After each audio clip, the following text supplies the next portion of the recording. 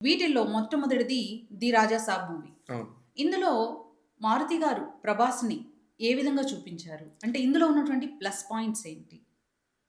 ఇట్లా ఏంటంటే సినిమాకి సంబంధించి ఎవరిదైనా గూడా ఒక ఐడియా ఎప్పుడైనా గూడా. ఒక దర్శకుడు అనేవాడు సినిమాని ఎలా తీస్తాడంటే, ఒక ఐడియాతోనే ఫార్మ్ అవుద్ది ఒక సినిమా తీయాలనేది.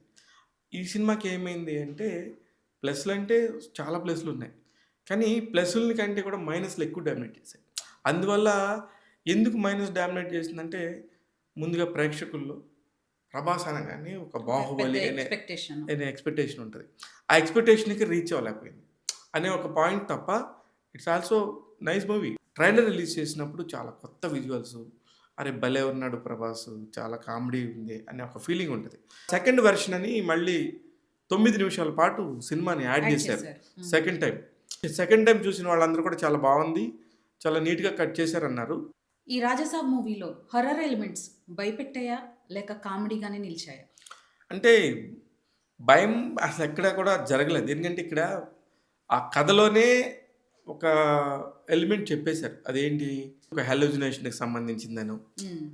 ఒక సైక్రియాటిక్ గేమ్‌లాగా అనిపిచ్చింది. ముందుగానే ముందుగానే రివీల్ అయిపోవటం, సత్య క్యారెక్టర్ దగ్గర నుంచి అదొక హారర్ ఫిల్మ్‌లాగా తీసుకెళ్ళి, హ్మ్. అది హారర్ కాదు. ఇదంతా ఒక హాలుసినేషను అనే దానిలోకి తీసుకెళ్లారు.